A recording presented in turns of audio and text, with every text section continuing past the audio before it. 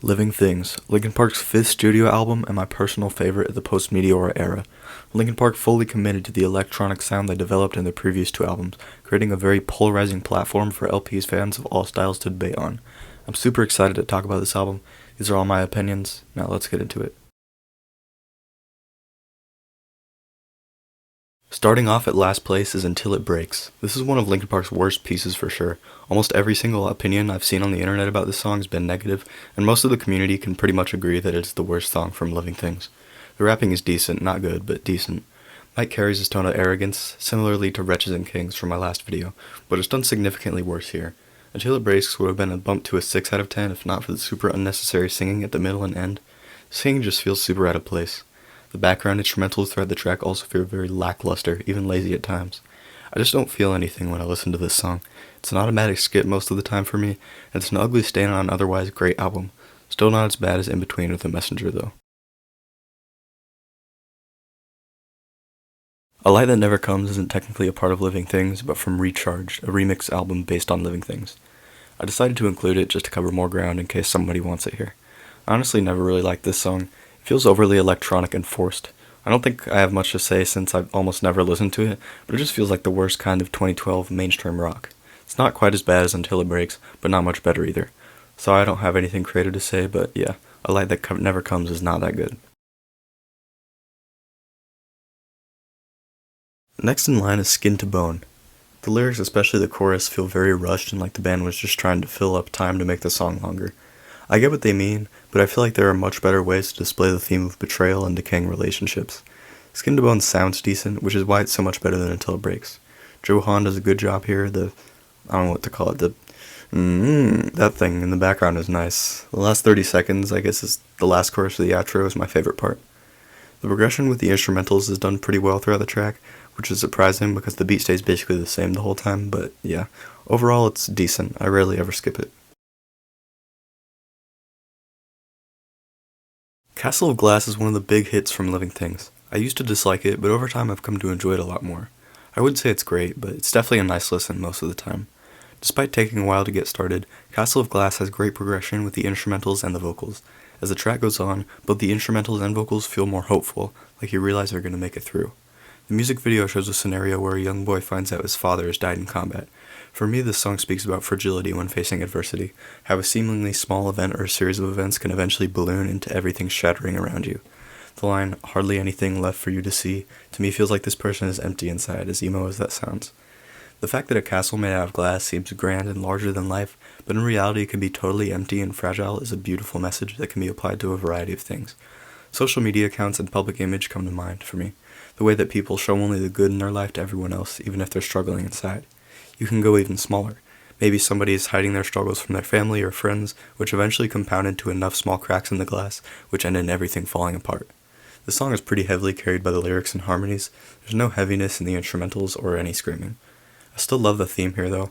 Castle of Glass is one of those songs that can always help when you're sad or depressed. Roads Untraveled has a nice chill vibe. You can always have a good time listening to this song. The harmonies are some of Linkin Park's best, and the soothing piano paces everything pretty well. It's one of those songs that I feel like I'd heard before, even though I hadn't. It's very familiar, almost nostalgic in nature. The message is basically don't regret not doing something because you can't be sure it would have gone better than reality. Make the most of what you have and don't dwell on past mistakes when you could be making advancements in your life now. If you know the song Forward Motion by 1000 Foot Krutch has a somewhat similar theme. As for the woes that come in at a few points, they feel like the grievances of someone who regrets their past. They sound amazing and the harmonies are, again, top-notch. The piano and the drums, while simple, do their job effectively. Again, Linkin Park are the masters of not doing too much, but the perfect amount. Burn It Down, the biggest hit from Living Things. I can see why. It sounds very mainstream, has a catchy hook, and could be played in a mall or something. I struggled with where to put this for a while, but I decided to put it at number 7 for simplicity's sake. In a few weeks though, who knows, it could be at number 8 for all I know. I do like this track. It has a good amount of replay value. It rocks while being pleasant at the same time. The rapping and chorus are very catchy, and its darker message is cleverly hidden within the happier vibe of the song. Burn It Down discusses a somewhat similar theme as Powerless, but in a different universe where both the person singing and the other person in the story are both tearing themselves and each other apart. I know the theory I'm about to tell you isn't right, but I always felt like Burn It Down was a sort of part 1 to Powerless. Maybe the singer from Burn It Down realized their ways were wrong and hurtful, but their partner didn't, and now this singer is grieving about that disconnect later in Powerless, which I'll talk about in a minute. I think where this realization occurs is in the bridge of the song with the rapping. The person rapping finally realizes that this other person is detrimental to good values, so decides to become better and try to help their partner. I love making unintended connections between different tracks. Helps me to build a larger story in my head that pertains to whatever is happening in my life at the time. I hope my little rant wasn't too painful to listen to for you, but Burn It Down is without a doubt a certified Linkin Park classic. Powerless. Yet another song from Living Things that has grown on me a lot over time. This one hits me really hard. It speaks about being unable to stop someone else from destroying their life or the lives of others. One of the worst feelings in the world is when you've done everything you possibly could to help someone, but they still mess everything up anyways. One great thing about Powerless is that the lyrics, once you get past the general theme, are very ambiguous. They could be taken to discuss drug addiction, destroying relationships, or just distrust as a whole. There's so many amazing lines in this track, but one of my favorites is, "You woke the devil that I thought you left behind." That line describes many situations I've had to deal with regarding family and friends. You think someone's made progress, but then you find out that they actually haven't, and that feeling really sucks. Also, the chorus is endlessly beautiful in every way. The vocals, the guitar, the drums, everything. The lyrics give me this vivid image of standing beside someone in this sort of apocalyptic world where people are dying, and this person beside you has the power to stop it, but chooses not to. Kind of like that one scene from Meet the Robinsons, with all like the evil hats and the apocalypse, if you've ever seen that movie. Also, the line 10,000 promises, 10,000 ways to lose is amazing. You'll put your trust in someone over and over again, even if they give you every reason not to trust them, and it always ends up hurting you in the end. This song was also apparently featured in a movie from 2012, Abraham Lincoln Vampire Hunter, which I haven't seen, but just a fun fact. Out of all the songs from Living Things, Powerless usually hits me in the feels the most.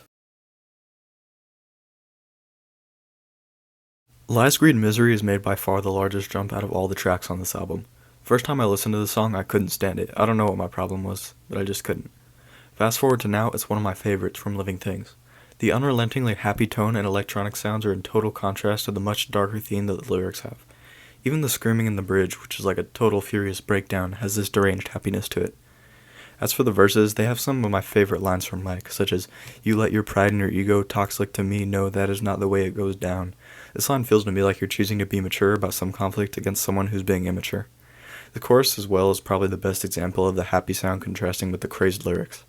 Lies, Greed, Misery has this tangible progression to it. The verses feel dignified and mature.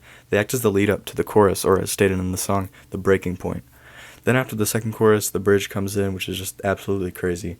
Chester does the thing where he sings softly and then immediately starts screaming, just like a place for my head. This song has some of the best screams from Living Things for sure. The only other track on this album with a lot of screaming is the next one on the list.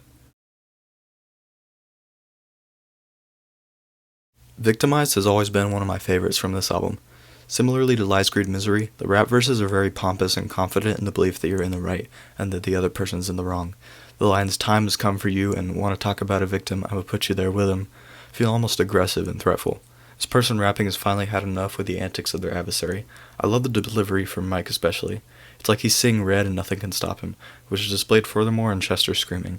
Definitely the best screams from this album. The big thing that separates Victimized from other tracks on this album is its shortness. It's under 2 minutes long, so all the energy is packed in carefully. I don't think this song would be high if it were, say, 3 minutes long or more, but yeah, awesome energy here. In My Remains is very effective at creating that pit in your stomach feeling. Chester's vocals especially. You can feel the pain and sorrow in his voice as he's singing throughout the entire song. As I've listened to it more, this song feels like a kind of sequel to Leave Out All the Rest, and that Leave Out All the Rest seemed like it was from a middle-aged person's perspective, and In My Remains looks to be from the perspective of the same person but at an older age, maybe even on their deathbed.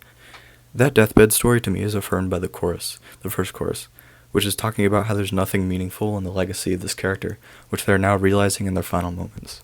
The lyric, "Now in my remains are promises that never came," is this person reflecting back on the promises they made to others that were never fulfilled, leaving them with regret and wishing they had done more in their life. The line I think most links this track to Leave Out All the Rest, however, is the next line in the chorus. "Set the silence free to wash away the worst of me." It's the same thing in both songs, telling others to let free the wrongdoings and broken promises this person is leaving, or will leave when they're gone. This verse introdu- the verses introduce a growing sense of desperation in the character's mind, with recurring themes of falling apart and struggling to focus.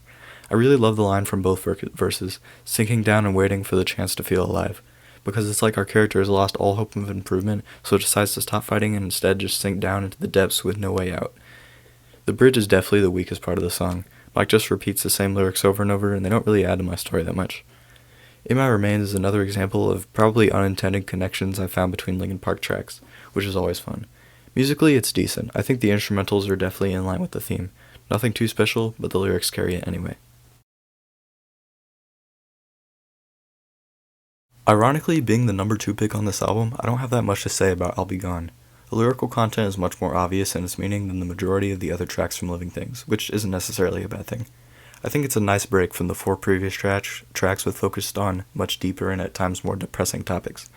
The reason I'll Be Gone is so high on my list is because it just sounds great. The chorus is extremely catchy, the instrumentals don't feel forced or unnatural, and there's a lot of good energy. I'll mention the lyrics briefly since I have to fill up time though. This song is about starting a new chapter in life, leaving behind the outdated or just overexerted aspects of an old lifestyle or living situation. Let's just say I'm going to be blasting this song through my car when I leave for college.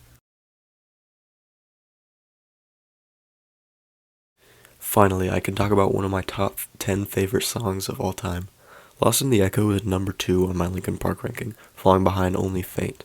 I remember the first time I heard this song. It was about a year ago, and I had just started getting into Linkin Park.